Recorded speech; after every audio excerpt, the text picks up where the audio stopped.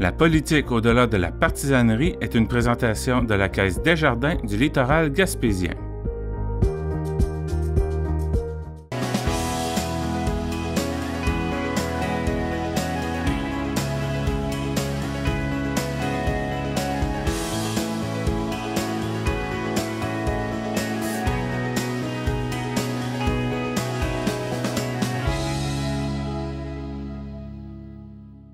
Bonjour tout le monde, bienvenue à notre troisième émission, troisième capsule d'André Baudin et moi sur certains aspects moins connus de la politique.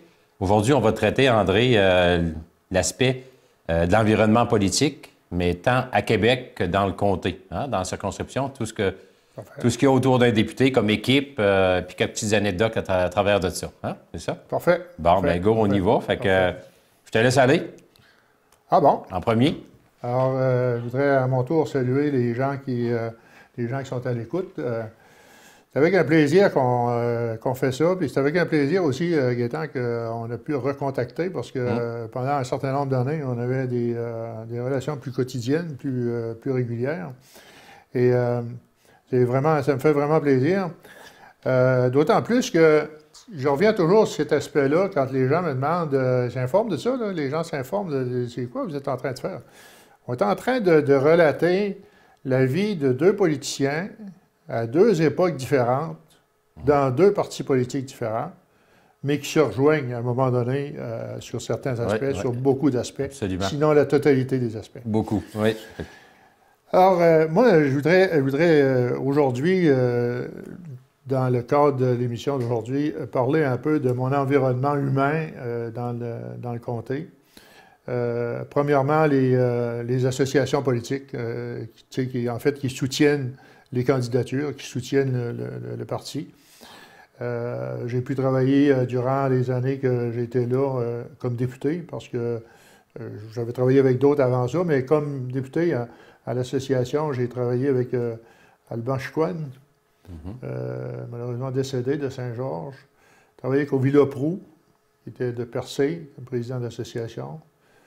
Nelson Fournier, qui était à la fois maire de Grande-Vallée, et Humbert Whittam, naturellement, qui était mon dernier président de l'association. Puis au niveau de l'organisation de bureau, l'organisation comme fonctionnement de bureau, j'ai pu compter pendant des années, pendant tout le temps de mon mandat, puis même avant, puis même après, sur Pierre Pelletier, qui était un compagnon de travail absolument efficace, vaillant, dévoué aussi, avec notre chauffeur puis notre commissionnaire Bertrand Dubé, qui était toujours là. D'ailleurs, ces deux gars-là ont quasiment perdu la vie dans un accident tragique à Saint-Georges, à Barachois, à l'automne de 92, dans un accident face-à-face où il y a eu un mort. Ils s'en sont sauvés, mais avec des séquelles. J'avais 3 bureaux dans le comté. Il y avait un bureau à Gaspé, qui était sous la responsabilité de Mme Béatrice Jalbert et de Monique Morin. À Grande-Rivière, c'était un bureau peut-être plus principal, parce que c'est là où j'étais le plus souvent. Il y avait Pierre Pelletier, évidemment, qui était là, comme attaché politique principal. Martine Boudreau, Claire Lelièvre, comme des employés à plein temps, une après l'autre. Et j'ai eu des employés temporaires, si tu veux, ou à temps partiel, Claude Turcotte à Grande-Rivière en particulier, Bertrand qui a travaillé aussi à temps partiel, Bertrand Dubé. Et à Mont-Louis, Mme Mireille Bélanger, qui est encore à Mont-Louis aujourd'hui, qui était très dévouée aussi, puis qui assurait une présence du député dans la région du côté nord de Gaspé. Alors, au niveau du comté, c'était un peu mon organisme, mon organigramme. Puis, 3 bureaux, bien, tu le sais, c'était du stock, là, de toute façon. Après la répartition d'une nouvelle circonscription, ton comté a été un peu plus grand que le mien. Là. Moi, ça s'étendait de Newport à Mont-Saint-Pierre. Et ces 3 bureaux-là couvraient bien le territoire. Ouais. Alors, au niveau de l'organisation immédiate autour de moi, c'est ça. OK. Bon, ben, on va faire le tour de la mienne, mon organisation. Il y a des éléments qui se ressemblent aussi. C'est ça, le comté avait été revisé. Donc, nous, c'était de Captcha, Capucin, qui fait aujourd'hui partie de Capsur, jusqu'à le banc de Pabot, hein, de ce côté-ci, du côté est là, du banc de Pabot, donc Grande-Rivière. La balance de la MRC, malheureusement, avait été rattachée au comté de Bonaventure. Au niveau de l'équipe, tu as raison, l'équipe, c'est des gens extrêmement importants, hein, parce que tu es pratiquement 4 jours au Québec. Donc, il te reste lundi matin, un petit peu le vendredi, puis les fins de semaine pour être présent dans le comté. Fait que quand tu n'es pas là, c'est ton équipe qui te remplace, qui prend les rendez-vous, répond aux questions, rencontre les gens, se déplace sur le terrain. Puis un peu comme toi, j'avais 3 bureaux, Saint-Anne-des-Monts, Gaspé, puis Grande-Rivière. Grande-Rivière, un bureau, je ne dirais pas avec du personnel permanent, mais les gens venaient là, aux besoins chaque semaine. Les gens qui ont travaillé avec nous là, pendant cette période-là électorale, c'est des gens qui sont extrêmement importants parce que, puis je dirais, il y a comme 2 groupes. Hein? Il y a notre personnel qui était payé par l'Assemblée nationale, notre personnel permanent ou semi-permanent qui travaillait dans les différents bureaux du comté.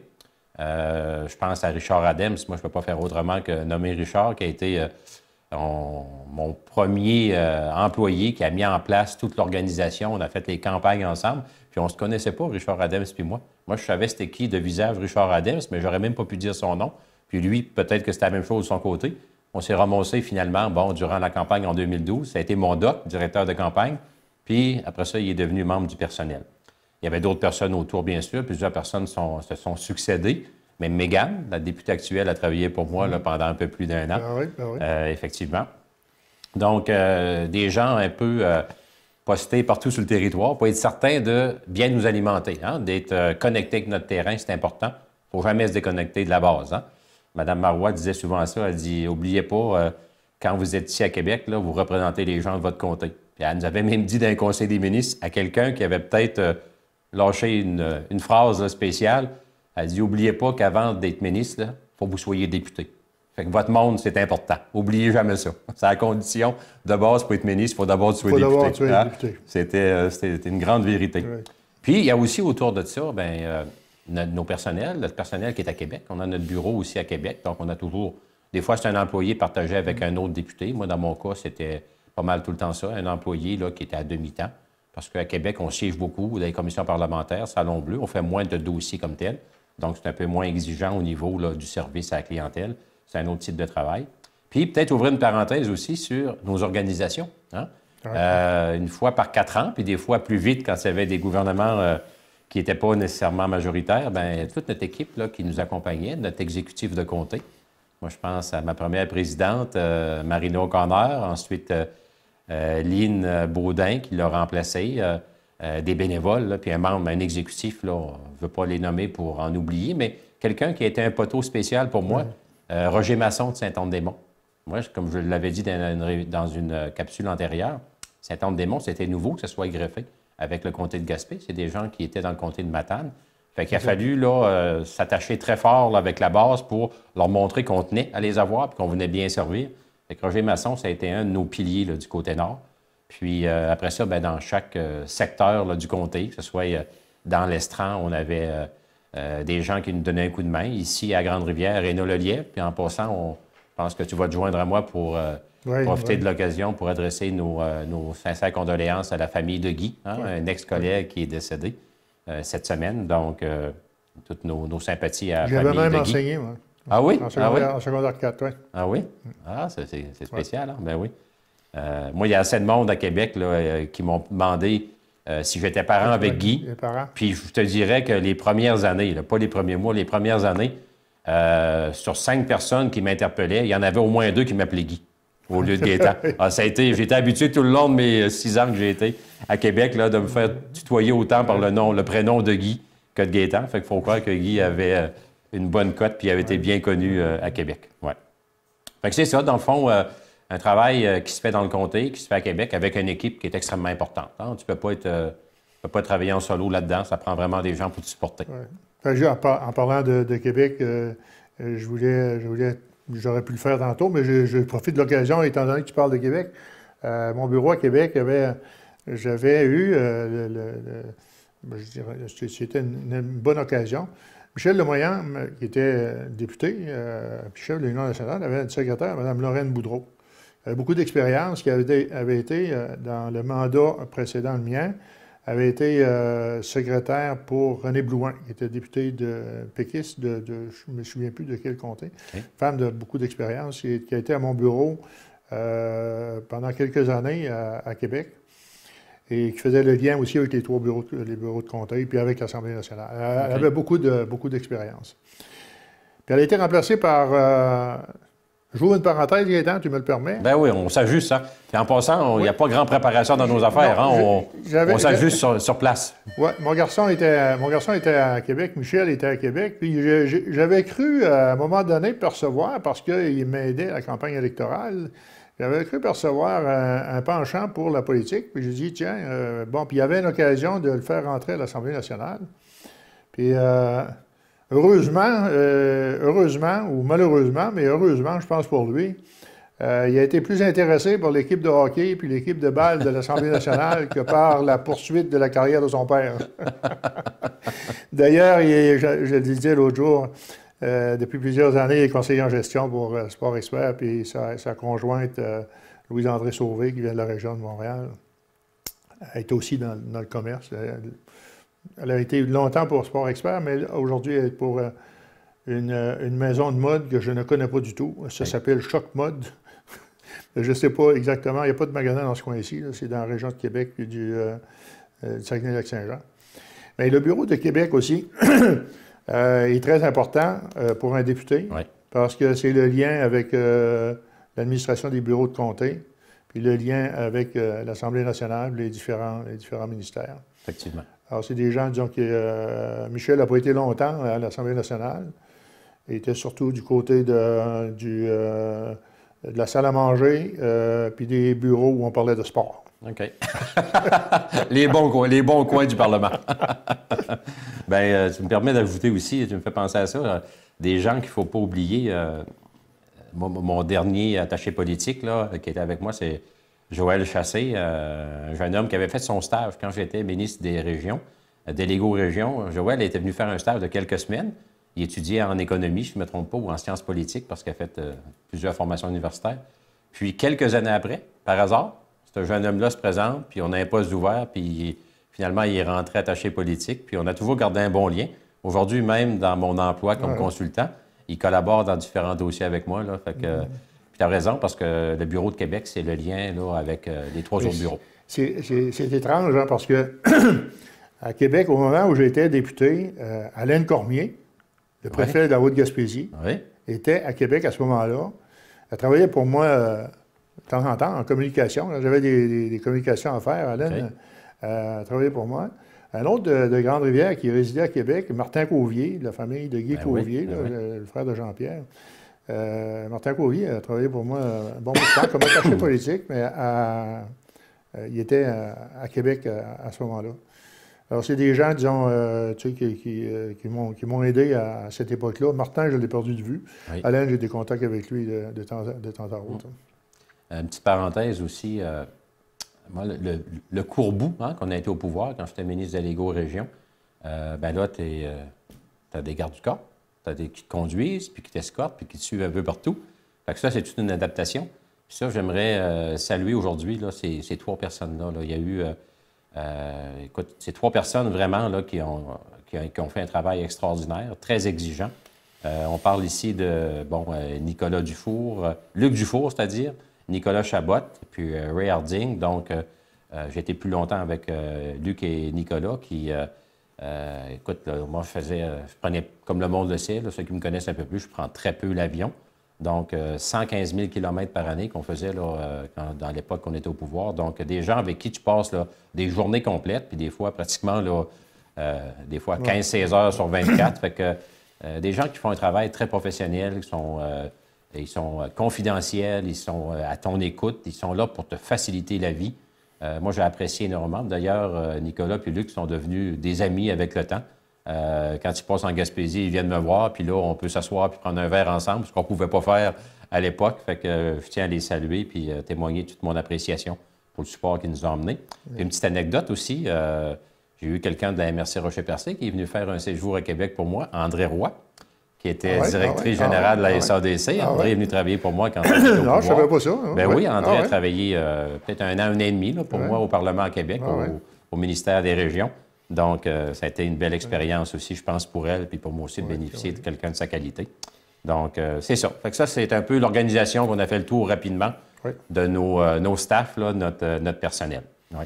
Prochain thème, on peut y aller avec peut-être les gens qui nous ont influencés, puis les gens avec qui on a développé des liens d'amitié particuliers, des collaborateurs. Fait que, je te laisse aller dans un premier temps. Bien, disons que sur le plan disons, des gens qui nous ont marqués ou avec qui on a eu un contact peut-être plus rapproché, soit du côté libéral ou du côté du Parti québécois, parce que à l'Assemblée nationale, au moment où moi j'étais là, il y avait 2 partis. Alors, quand tu as un poste particulier, je veux dire, soit au niveau du caucus ou soit au niveau d'un ministère, tu es appelé à travailler et avec des gens de ton parti, mais aussi avec des gens du parti adverse. Alors, dans mon parti, moi, disons qu'il y a un personnage avec qui j'ai encore des relations, c'est Daniel Johnson. Daniel Johnson, je l'avais connu un peu avant de devenir député. Étrangement, je ne l'ai pas appuyé dans les campagnes à chefferie. Il savait pourquoi. Ça n'a pas brisé notre lien. C'était fort. Oui, ça dépassait, disons, la partisanerie. Oui. Daniel Johnson, d'ailleurs, Daniel Johnson m'a aidé à quelques reprises dans le comté ici, intervenu. Il était ministre de l'Industrie et Commerce, donc il y avait des possibilités d'intervenir. Daniel Johnson en particulier. Un autre qui m'a aidé beaucoup et avec qui c'était mon voisin à l'Assemblée nationale, au Parlement, c'est Robert Middlemis, qui était un ingénieur de profession, qui a été ministre délégué au transport. C'est avec lui qu'on a fait le centre-ville de Gaspé, le Montesquieu Beach. Ben oui, c'est un nom qui me revient. Ben oui. Robert Middlemis, il est malheureusement décédé, assez jeune. Et c'est un excellent garçon, un excellent bonhomme, Middlemis. Jacques Chaillon, que tu as connu. Ben oui, très bien connu. Ouais, Jacques Chaillon. Je veux dire un ami même, oui. Oui. Jacques Chaillon, c'était un personnage, je veux dire, tu sais, que moi, que j'avais connu auparavant, avant d'arriver en politique, parce qu'il était président de la Fédération des commissions scolaires du Québec. Ben oui. Donc, je l'avais connu à ce moment-là.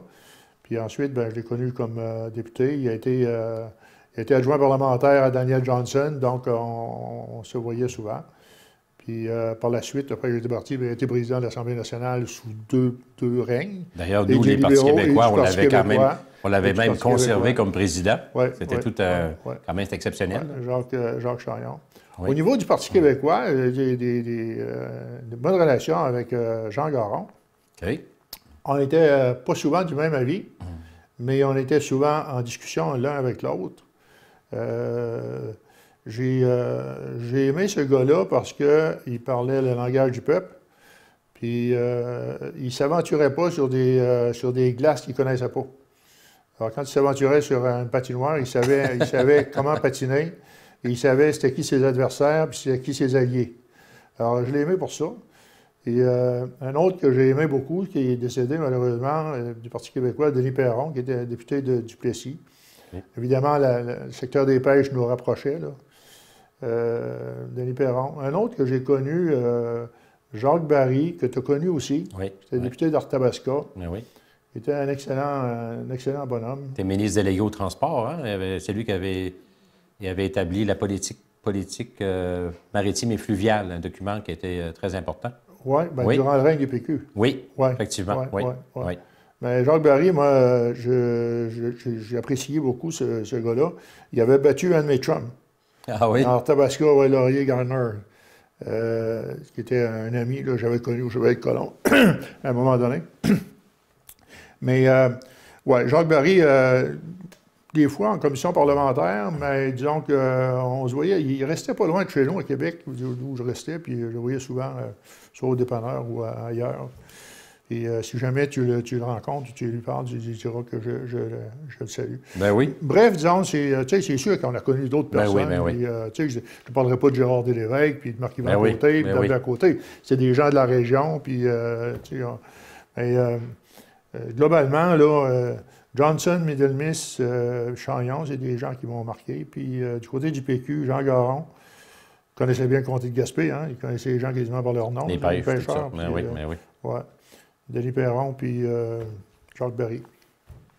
Puis c'est vrai, puis l'important, un élément important dans nos capsules aussi, c'est faire ressortir de la dimension plus humaine de la politique. Hein? Oui. Je pense, par les exemples que tu viens d'amener, ça le démontre bien. Bien, moi aussi, de mon côté, j'ai été moins longtemps que toi, là, quand même. J'ai été 6 ans seulement. Mais il reste que... Il y a des gens qui nous ont influencés. Il y a des gens qu'on a gardé un lien d'amitié. Puis il y a des gens qui étaient, comme tu dis, dans d'autres formations politiques, qui souvent étaient peut-être plus près de nous, à certains égards, que même des fois des collègues de notre propre formation politique, en termes de pensée, en termes de vision, puis en termes de tempérament. On est des humains, hein, quelque part. Là, c'est vrai ce que tu dis. Moi, je peux... Écoute, des gens là, avec qui j'ai gardé un contact là, très étroit, je pense à François Gendron. François Gendron, écoute, quand je suis arrivé en politique, moi, ça faisait longtemps que je voyais ce gars-là aller. Il était ministre, des régions. Il avait établi un document qui s'appelait « Le choix des régions ». J'avais été inspiré de ça quand j'avais commencé à travailler à la MRC en 83. Je me souviens, quand je suis rentré au Conseil des ministres, là, ça a pris 2-3 conseils des ministres avant de me dégêner un peu. C'est quand même impressionnant. Tu arrives là avec des gens d'expérience, puis tu te dis, gars, tu arrives là, c'est ta première expérience comme député, tu te ramasses ministre délégué. Fait que si tu es intelligent pour Saint-Saëns, les premières semaines, puis même des fois les premiers mois, tu fermes ta boîte puis t'écoutes. C'est ça la vérité. Sinon, tu risques de faire des grosses erreurs, puis ça peut te suivre longtemps. Fait que j'avais demandé à François Gendron, au bout de 2 à 3 rencontres, il était assis à côté de moi. Il était à ma gauche au Conseil des ministres. J'ai dit, Monsieur Gendron, j'ai dit, moi, j'ai de quoi à vous demander. J'ai dit, j'arrive, je suis nouveau.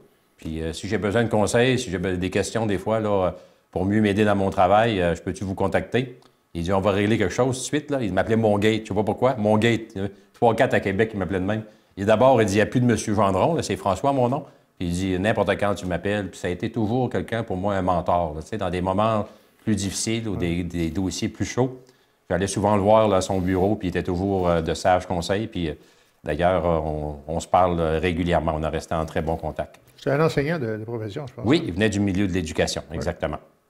Alexandre Cloutier, je pense que c'est un secret pour personne. J'ai appuyé Alexandre dans ses 2 courses à la chefferie. Alexandre est un bonhomme plein de bonnes qualités, puis qui est devenu un ami, puis on a toujours un contact aussi. Véronique Yvon. Véronique, Alexandre, c'était pour moi là, 2 jeunes politiciens là, avec beaucoup de potentiel que je suivais de près, puis même on avait des liens d'amitié très proches. C'est ce qui a fait que quand Véronique a embarqué dans la course contre Alexandre et d'autres candidats, la 2e course, j'ai décidé de ne pas appuyer personne, de demeurer neutre, parce que je ne pouvais pas trancher entre deux personnes qui, pour moi, avaient un profil qui se ressemblait, puis de grande qualité, puis en plus des amis. Maca Cotto, cher Maca. Maca, tout un homme, toute une personnalité, toute une personne avec une grandeur d'âme, un sage. Maca est devenu aussi un ami précieux pour moi. Madame Marois, c'est sûr. Madame Marois, pour moi, va toujours rester quelqu'un de très significatif. C'est elle qui m'a donné ma chance. C'est elle qui m'a nommé ministre délégué. C'est elle qui, avec moi, a tout conduit la stratégie de développement de la Gaspésie des îles. Donc, quelqu'un qu'on a intérêt à connaître. Madame Marois a été jugée, je trouve, je suis peut-être pas objectif, mais je le dis quand même, a été jugée souvent très sévèrement au niveau du public. Mais c'est quelqu'un qui a des qualités extraordinaires, une grande politicienne. Elle a occupé à peu près toutes les fonctions, une formation en travailleuse sociale, donc ça y amène tout un caractère humain. Puis moi, ce que je retiens de Mme Marois, c'est sa grande bonté. Il y a des fois, je peux te dire, quand tu es 54 députés ou 25 ministres, là, il y a des fois, j'aurais perdu patience plus qu'elle, j'aurais peut-être mis le poing sur la table, mais jamais. Jamais un ton plus haut que l'autre. Une pédagogue, une femme extrêmement calme et patiente, donc quelqu'un qui m'a marqué beaucoup puis que je remercierai longtemps. Stéphane Bédard. Stéphane Bédard puis moi, on faisait une belle équipe aussi. Stéphane disait souvent, Gaétan, toi puis moi, on est fait du même bois, du bois des régions. Puis on était un petit peu le caractère latin, là, disons, on avait la mèche un peu plus courte que certains autres. Fait que quand on prenait une cause les deux, là, les gens disaient, oups, là, le Lief et Bédard, là, ils s'en viennent défendre leur région. Là, on a besoin d'avoir des bons arguments. On faisait une belle équipe. Stéphane, un ami aussi. Bernard Drainville aussi. Bernard, quelqu'un qui a de grande qualité. Puis on s'est croisés à plusieurs reprises après son passage en politique. Pierre-Carl Péladeau. Pierre-Carl Péladeau, c'est quelqu'un que je n'ai pas appuyé dans les courses, quelqu'un que je ne connaissais pas, quelqu'un qui est arrivé chef, puis ça a cliqué immédiatement. Pierre Karl est quelqu'un qui avait une corde extrêmement sensible pour les régions. Puis ça, j'ai découvert ça en travaillant avec lui.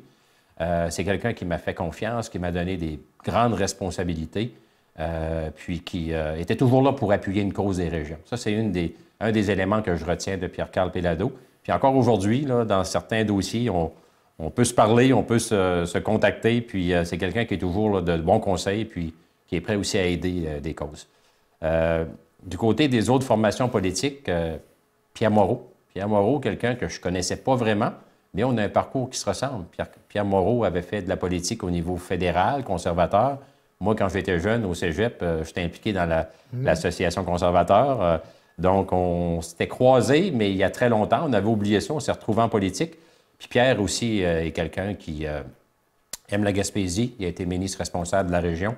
Puis comme député, moi, à l'opposition, j'ai toujours un très bel appui de Pierre Moreau, une belle écoute. Puis ça a été même je dirais, aujourd'hui, on peut dire qu'on a une relation d'amitié. On est encore en contact occasionnel, puis quelqu'un que j'admire beaucoup, puis que je salue en passant. Il y a d'ailleurs une affection particulière pour la région, la région ici. Ah, c'est un ami personnel de Georges Maloney. Grand ami de Georges et de la famille. Moi, je ne l'ai pas connu, disons, comme député, mais je l'ai connu à l'occasion en compagnie de Georges. Oui. Puis on a vécu quelque chose de spécial qui nous a rapprochés lors du service de Georges. Même si le premier ministre Couillard était présent, officiellement, c'était Pierre qui représentait le gouvernement. Oui. Puis moi, je représentais l'opposition. Donc, on était présents au service de Georges, les deux dans le même banc. Puis il y a des bouts, c'était très émotif. Là, ça rapproche quelqu'un. C'était vraiment... Puis après ça, on a toujours développé un bon... puis j'ai une petite anecdote qu'on pourra parler un peu plus tard.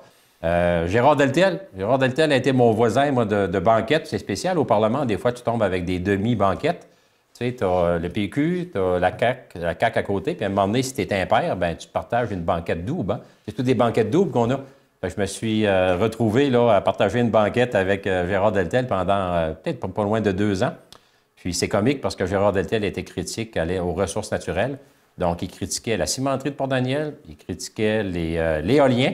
Puis moi, ben c'était nos dossiers. Oui. Fait que c'était comique, mais toujours très respectueux. Gérard, très respectueux. On se vous voyait, on n'a jamais pris un verre ensemble, on ne s'est jamais vu en dehors du Parlement, mais il y avait un immense respect entre nous deux. Puis d'ailleurs, c'était comique quand il y avait une question là, qui touchait l'éolien ou encore la cimenterie ou de quoi pour les régions. Bien, vu que j'étais assis à côté de lui, à un moment donné, il me disait « Monsieur Lelièvre, là, je vous avertis, j'ai une question un peu dure aujourd'hui, mais vous ne m'en tiendrez pas rigueur, hein? » Tu sais, toujours, il m'avisait à l'avance, ouais.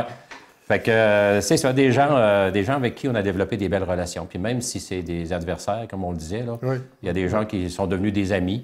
Tu parlais tantôt de Chagnon, hein? J'allais l'oublier. Chagnon est venu, une anecdote, là, il est venu passer sa fête il y a quelques années en Gaspésie, pêcheur de saumon, amateur de saumon. Puis moi, j'ai toujours eu un grand respect pour M. Chagnon, qui était le président de l'Assemblée nationale. Une belle collaboration. Dans le bout, j'étais indépendant, c'était pas facile. Il était extrêmement...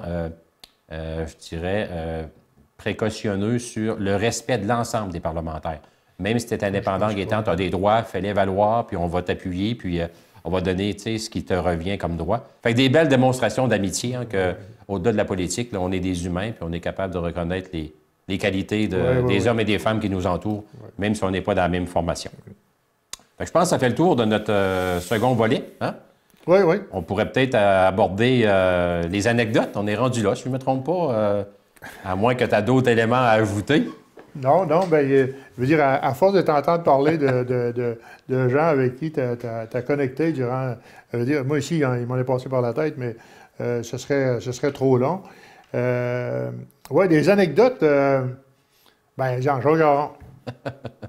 Jean Garon, beaucoup de discussions avec Jean Garon. À un moment donné, on est en commission parlementaire. Mon bureau est au rez-de-chaussée. Son bureau est au 2e étage. On sort de la salle de commission parlementaire, c'est juste voisin de mon bureau, puis c'est en face de l'ascenseur. La discussion est tellement intense, on est tellement pris par la discussion que moi, au lieu de m'en aller à mon bureau qui était en face de l'ascenseur, je prends l'ascenseur avec Jean Garon. On continue la discussion. On débarque au 2e étage, l'étage de son bureau. On continue à discuter. Il ouvre la porte de son bureau. Il fait le tour de son bureau. À un moment donné, il me regarde. Il dit « Qu'est-ce que tu fais ici? » Je dis « Qu'est-ce que je fais ici? » On est en train de discuter toutes les deux.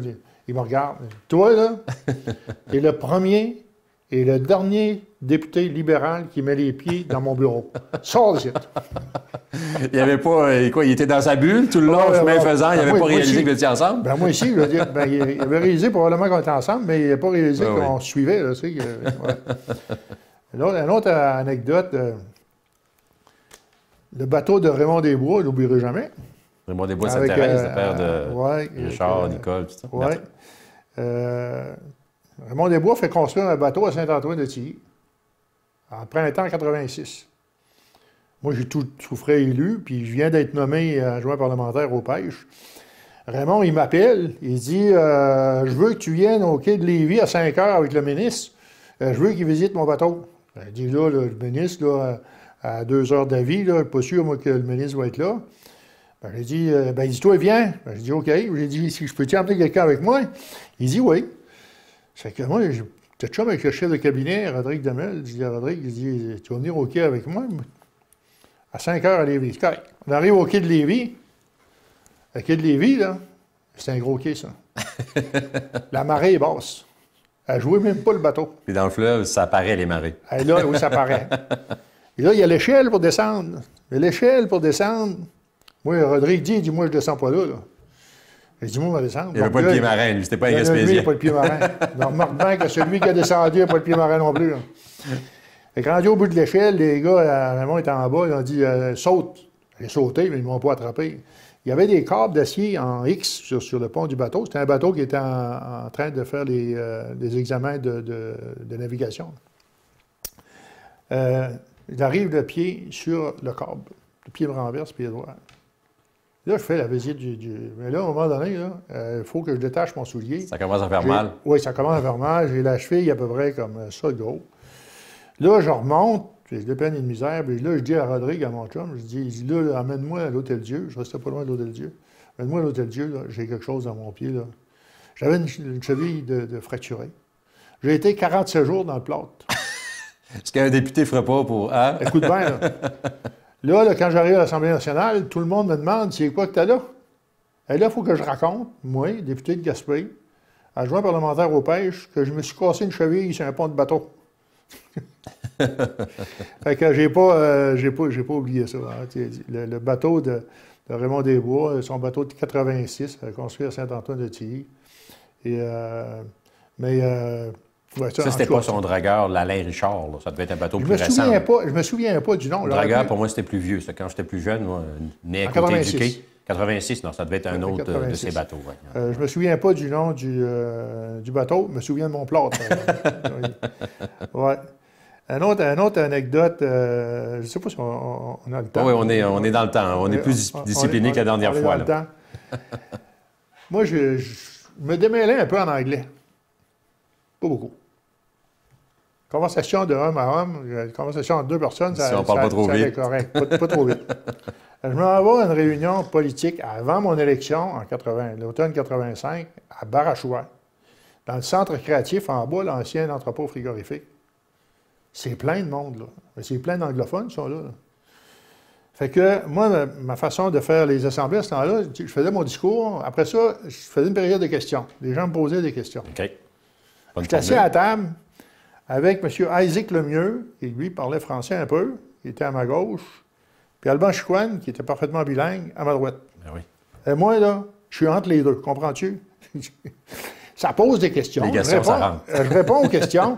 À un moment donné, je réponds à une question par... je ne me souviens pas exactement ce que j'avais compris, mais il voulait dire que, bien sûr, alors là, je dis « Yes, for sure ». Mon cher ami, dans la salle, les 200 personnes se lèvent debout puis se mettent à applaudir. Je lui dis, qu'est-ce que j'ai dit? Qu'est-ce que j'ai fait? Et je dis à Alban, je dis, quoi qui se passe là? Il dit, tu viens de promettre 500 000 d'asphalte dans Côte-aux-Rôdes. Ça, c'est Côte-aux-Rôdes, c'est un secteur de Barachois? C'est une rue municipale de la ville de Percé, oui. Juste à côté du viaduc. OK. Il y a des cultivateurs là. Il y a beaucoup de gens qui passent seulement l'été là. OK. Mais c'est long, là. C'est 1 kilomètre et plus, là. C'était évalué à 500 000 la banque savait ça. Moi, je ne savais pas ça. Mais là, c'est une promesse, là. Moi, passer pour un bon Dieu, moi, à Barachois. Parce que ça a l'air que ça fait 30 ans qu'il voulait avoir de l'asphalte là. Puis vous l'avez fait, finalement? On l'a fait sur deux années, je pense. On l'a fait. Et il vient d'en compter, Marc-Yvan. Je l'amène à... Il dit, amène-moi à Côte-aux-Rôdes, je veux voir ça. Je l'ai amené à Côte-aux-Rôdes. Il dit, André Baudin. Avoir su que c'était ça? 500 000 $. Il y a une rue municipale pour ça. Bon, alors, c'est... 3 bonnes anecdotes. Ouais, C'est un autre? Attends un peu. Parce que là, si tu en comptes 4, là, mais être bon pour 4, moi aussi. Fait que j'ai intérêt à ce que tu n'amasses. Je te l'ai raconté avant de venir ici. Là. Celle-là, là, c'est une anecdote, mais là, je veux dire, ça m'a quasiment tiré les larmes. Je suis à Val-d'Espoir, au carnaval de Val-d'Espoir, à l'hiver 86. Je viens d'être élu. Il y a une soirée pour le carnaval. L'église est pleine. C'est Robert Warren puis Rénal Desgaris qui sont responsables du carnaval. Moi, j'ai dit, il faut que j'amène quelque chose. J'ai amené un drapeau du Québec. Puis j'ai gardé le drapeau du Québec, puis dire, tu sais, peut-être pas en cachette. Quand ça a été mon temps de prendre la parole, quand j'ai eu fini, j'ai dit, je voudrais remettre quelque chose de significatif à l'organisation du carnaval, puis ça pourrait peut-être même être accroché ici dedans. On était dans l'église. Et je laisse tourner le drapeau du Québec face à moi, tu sais, je suis caché derrière le drapeau du Québec. Une ovation, là, Gaëtan, là, debout, comme je n'ai pas eu dans ma vie politique. Mais c'était une belle cause, le drapeau du Québec, là, qui rallie tous les partis. Hein? Là, je veux dire une chose, puis à Val-d'Espoir, c'est des gens qui étaient de partis différents, mais très, très nationalistes. Puis ils sont encore, d'ailleurs, les plus vieux. Là. Puis là, je veux dire, j'ai été tellement ému. Ouais. C'est une anecdote là, tu sais, qui m'a tellement frappé. Là. C'est des beaux moments, ça. Puis moi, des drapeaux du Québec, là, dans le temps que j'ai été député, là, je peux te dire une chose, à l'Assemblée nationale, là, il disait, là, hey, arrête, là. Moi, des drapeaux du Québec, j'en ai envoyé partout. J'ai fait monter des drapeaux du Québec, puis là, il n'y avait pas le choix, parce que je leur avais donné 500 000 $ à Barachois, devant des maisons d'anglophones, le drapeau du Québec à Saint-Jean-Baptiste. Oui, parce que les mâts sont plus rouges dans ce coin-là. Ils sont tous rouges, mais il y en a beaucoup de mâts. C'est vrai qu'il y en a beaucoup. Disons non, il y a plusieurs choses qui nous arrivent. Oui, on pourrait en nommer, puis on oublie probablement des bonnes, mais à un moment donné, il faut se limiter, hein, malheureusement. Moi aussi, j'en ai quelques-unes. La première, c'est une que je comptais justement à Chantal Duguay, notre PDG du 6, il y a un certain temps. On est en juin, c'est la fermeture de la session. Probablement, c'était des dernières journées qu'on fermait la session parlementaire. On était au pouvoir. C'était Régent Hébert qui était ministre de la Santé. Puis, bien sûr, il y avait un paquet de dossiers prioritaires. L'hôpital de Saint-Anne-des-Monts, le centre de gériatrie active de Chandler, l'agrandissement de l'hôpital, le fameux agrandissement qui a été fait il y a quelques années. Fait qu'à un moment donné, ce dossier-là, là, il commençait à être urgent. Là, puis les gens du coin m'en parlaient beaucoup. Fait qu'à un moment donné, tu sais, des fois, on s'envoie des petits messages. Hein? Il y a des pages qui font circuler les messages entre les députés, puis avec les ministres, tout ça. Fait que moi, Régent Hébert était juste assis en avant de moi. Fait que j'avais juste à le taper sur l'épaule quand j'avais de quoi lui demander ou y remettre. Fait que je mets sur un petit bout de papier, je griffonne. Bon, Régent, je te souhaite des bonnes vacances. Si jamais tu aurais le temps de venir annoncer le centre de gériatrie active de Chandler, ça serait une très belle nouvelle. Puis fais-moi signe, puis je serais heureux d'être là, même si c'est dans l'été, puis tout ça. Fait que je lui donne un petit mot-là, tape sur l'épaule, je lui remets ça. Il regarde ça, je fais un sourire, mais pas plus que ça. Au bout de 2-3 semaines, je fais un coup de téléphone, puis effectivement, là, il dit, bon, je m'envoie chez vous, là, on va l'annoncer, ton dossier. Fait que c'est pas juste ça, c'est bien sûr le dossier cheminait, puis il y avait des analyses qui avaient été faites, mais... Le petit billet. Le petit billet, un petit rappel. Je disais ça à Chantal Duguay, puis Ariel a dit, ton petit billet, Gaétan, il était important. Oui, en tout cas. Une autre anecdote, on est à l'opposition. Pierre Paradis est ministre du MAPAC, Dominique Vien est ministre du Travail, pour le Parti libéral, bien sûr. Je suis à l'opposition. Puis il y a un problème avec une nouvelle disposition. Les fonctionnaires ont décidé d'appliquer différemment une disposition de la loi sur le travail qui fait en sorte que nos travailleurs d'usine là, auraient eu un moyen problème à se qualifier à l'assurance-emploi. Puis ici, dans le comté, Jean-Paul Shannon, hein, qui a mis en place toute la coopérative là, pour les travailleurs d'usine, m'appelle, puis il dit, Gaétan, il dit, là, on a un problème. Il dit, j'ai 1200-1500 employés, puis il dit, si les fonctionnaires n'arrêtent pas de changer de mode d'application de cette directive-là, il dit, ça va être l'enfer tantôt, nos travailleurs ne pourront pas se qualifier. Richard Adams, qui travaillait le dossier des pêches, m'interpelle là-dessus aussi. Fait qu'à un moment donné, je lis la fameuse directive qui avait changé. Fait que là, à un moment donné, je parle à Dominique Vien puis à Pierre Paradis. Je les sensibilise à ça. Ils ont dit, Gaétan, fais-nous un petit dossier, là, puis on veut savoir c'est quoi exactement. Fait que je demande à Richard de monter un dossier. Je leur ramène ça quelques jours après au Salon Bleu. 2-3 jours après, le téléphone sonne. C'est le bureau de Dominique Vien, son chef de cabinet. Il dit, Monsieur Lelièvre, vous avez soumis un dossier là, à la ministre Vien. Bien, il aimerait vous rencontrer, la ministre Vien puis le ministre Paradis, là, assez rapidement parce qu'on sent que c'est urgent dans votre coin. On a bien compris le message. Là. Fait que j'ai dit oui, pas de problème, n'importe quand, votre heure va être la mienne. Fait qu'il me dit, demain, à 13h30, il pourrait être à vos bureaux. Moi, tu sais, ça fait pas 1 million d'années que je suis en politique. J'ai été ministre 18 mois. Puis là, tu tombes député, puis première expérience à l'opposition, puis bien content. Fait que là, à un moment donné, je savais pas que c'était pas habituel que les ministres se déplaçaient dans les bureaux des députés à l'opposition. Surtout pas celui-là, là, parce qu'il y a un étage de libéraux, un étage de caquistes, un étage de péquistes. Fait qu'à un moment donné, moi, je fais pas le lien. Je dis oui, bien content qu'ils s'en viennent travailler mon dossier avec moi, puis peut-être m'amener des bonnes réponses. À un moment donné, 2 ministres avec leur attaché politique, 5-6 personnes dans les corridors du PQ, sur l'aile du PQ, puis ça rentre, puis on a réservé une salle. Où est-ce qu'ils vont là? Moi, je fais moi, je fais la rencontre, puis écoute, excellent service. Ils ont dit, gars, on comprend la problématique. La directive a été changée, on ne sait pas pourquoi, puis on est d'accord qu'il ne faut pas que ça soit comme ça. Là, on va prendre des correctifs pour ne pas pénaliser les travailleurs d'usine. Fait que là, bien content, mon dossier est réglé. Mais après ça, j'ai eu des questions. Gaétan, comment ça fait qu'ils sont venus? Qu'est-ce que fait? Comment ça qu'ils sont venus ici? Ben, j'ai dit, c'est quoi le problème? Bien, ils ont dit, d'habitude, là, le député se déplace pour aller voir les 2 ministres, mais là, qui viennent ici, sur l'étage du Parti québécois, te rencontrer, on n'a pas vu ça souvent. Fait que c'est toute une anecdote, tu sais, mais juste pour montrer qu'on était en bon lien. Tu sais, Madame Vien, moi, ça a été ma première critique quand j'étais ministre des Régions. C'est elle qui était critique aux régions. Puis elle a toujours été très respectueuse, tu sais, puis on a eu des belles relations là, au plan politique. Puis Paradis aussi. Paradis, c'est quelqu'un qui, quand même, là, un vieux routier de la politique, puis quelqu'un qui avait un franc-parler, puis donc au niveau des pères, toujours une bonne relation. Fait que, tu sais, j'ai rien que réalisé après que c'était une belle marque là, de reconnaissance puis de franche camaraderie qu'ils nous avaient fait, tu sais, puis c'était pas habituel. Une autre anecdote, Gérard Deltel, que je parlais tantôt. Gérard était député pour la CAQ, puis à un moment donné, bon, vient les rumeurs qu'il s'en va peut-être à Ottawa, aux conservateurs, une rumeur qui s'est confirmée. Fait que Gérard Deltel était à côté de moi, comme je le disais tantôt, pendant peut-être 1 an et demi. Côte à côte, coude à coude. Aujourd'hui, avec la COVID, on ne pourrait plus. Fait que là, à un moment donné, on travaille ensemble, puis il nous mène la vie dure dans des dossiers. Il défend les lignes de son parti, il est contre la cimenterie, il est contre l'éolien. Puis c'est un bon parlementaire, hein? C'est un ancien journaliste, la parole facile. C'est un gentleman, là, M. Deltel. Fait qu'à un moment donné, il me tape sur l'épaule, il dit, Monsieur Lelièvre, il dit, j'aimerais ça vous parler quelques minutes. Là. Il dit, ce ne sera pas long avant de quitter aujourd'hui. On est le jeudi. On était le jeudi, donc la dernière journée de l'Assemblée nationale. Je dis pas de problème. Après la période de questions, on ira là, dans le corridor quelque part. Fait qu'on s'en va dans le corridor, puis il me dit, j'ai de quoi d'important à vous dire. Il dit, je ne pouvais pas quitter l'Assemblée nationale sans vous le dire. Il dit, ça fait 1 an et demi, peut-être, il a dit 1 an, 1 an et demi, 2 ans qu'on est assis un côté de l'autre. On s'est toujours bien entendu, respecté. Puis il dit, j'annonce lundi prochain publiquement que je quitte la vie politique ici à Québec. Je m'en vais à Ottawa. Puis il dit, je ne pouvais pas partir d'ici sans vous le dire.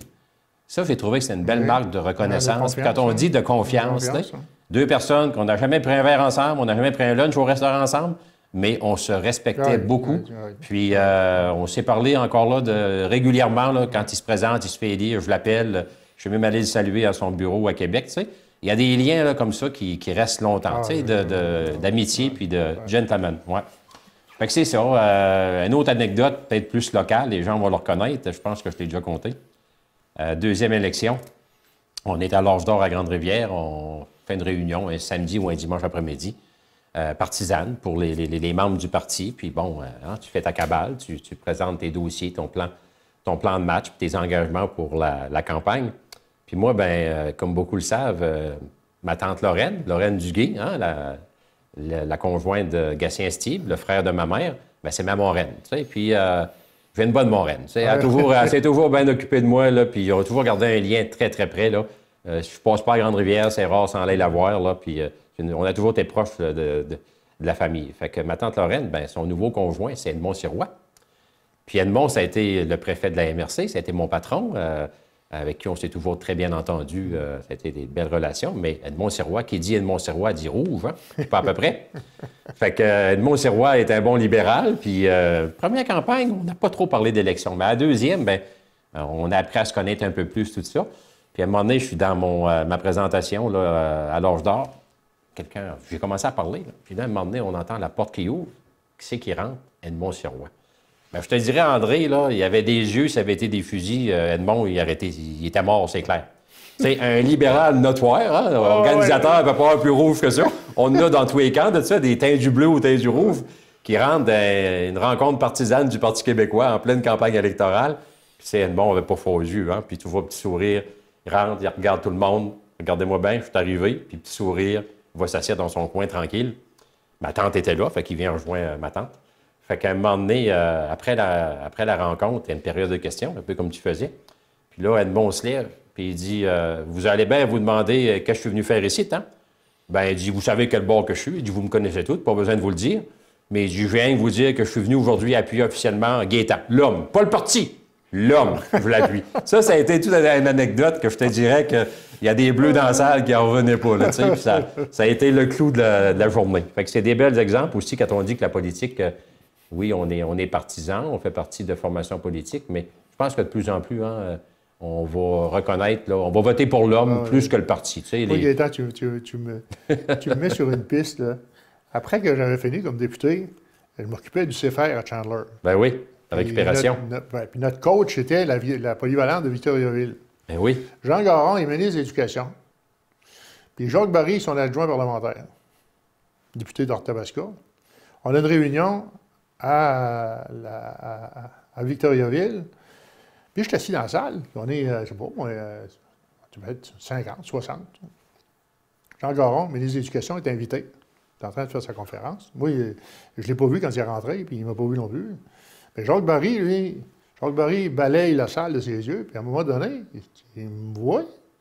Puis là, il n'est pas sûr, c'est lui. C'est lui. Moi, j'ai fait signe. Il bouge Jean Garon, il met un billet, puis il dit André Baudin, tu sais. Voilà, il arrête Jean Garon après qu'il a vu le billet. Oh non, dites-moi pas que le député de Gaspé est titre. Je pensais de m'en être débarrassé à tout jamais. Ah ouais, le monde est petit, hein? Le monde est petit. Puis, Fait que c'est des beaux souvenirs, c'est des belles anecdotes, puis on aurait pu en compter encore longtemps. Puis on s'excuse si on a peut-être oublié de mentionner des personnes importantes hein, ou des anecdotes, mais on peut pas, dans le temps qu'on a, on peut pas tout traiter. Fait que ceux qui se sentent oubliés nous pardonneront. Ouais. Fait que ça clôt la troisième capsule. Il nous en reste une pour la semaine prochaine. Fait que je te remercie. Toujours intéressant, agréable. Oui, merci à ceux et celles qui nous ont écoutés, en espérant que ça leur plaît. Oui. Il me semble que moi aussi, là, je veux remercier les gens, disons, d'abord qui vont nous écouter, parce qu'à un moment donné, ça va être en ondes. Nous autres, évidemment, on a trouvé ça intéressant, Gaétan, parce que ça fait partie de notre vécu pendant des années. C'est un plaisir. Puis on continue de s'intéresser à la politique, même si on n'est plus partisan, dire moins partisan ou pas du tout partisan. Ouais. Donc, nous autres, on trouve qu'il y a un intérêt. J'imagine et je souhaite que les gens trouveront aussi dans ces émissions-là, ces capsules-là, un certain intérêt. Puis, on va être content de recevoir les commentaires des gens qui auront vécu ça. Alors, à la prochaine. C'est bien. Merci à tout le monde.